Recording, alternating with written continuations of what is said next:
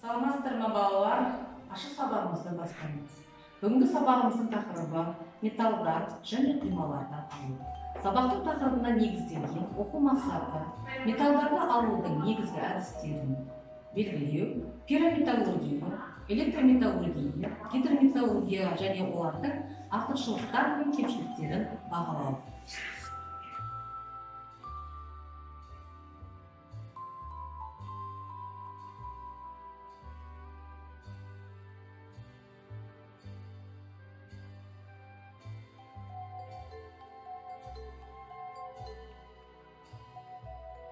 Құймалар физикалық қасиеттер жағынан металлдарға қарағанда айтарлықтай ерекшеленеді. Олардың құрамы өзгерте отырып, қажетті қасиеттері бар оңай балқитын, ыстыққа және қышқылға төзімді құймаларды алуға болады. Мысалы, алтын мен күмістен тұратын құйма. Бұл құйма өз қаттығымен ерекшеленеді.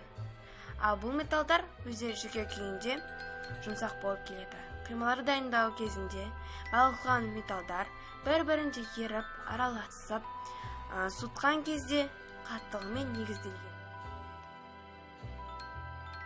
Аздап темір мен марганец қосылған мыс пен никель құймасы, ол құрамы 50% мыс пен 50% никельден тұратын ең қатты құйма болып саналады. Құймадан ыдыс, арзан және көркем әшекейлер, зергерлік бұйымдар жасалады.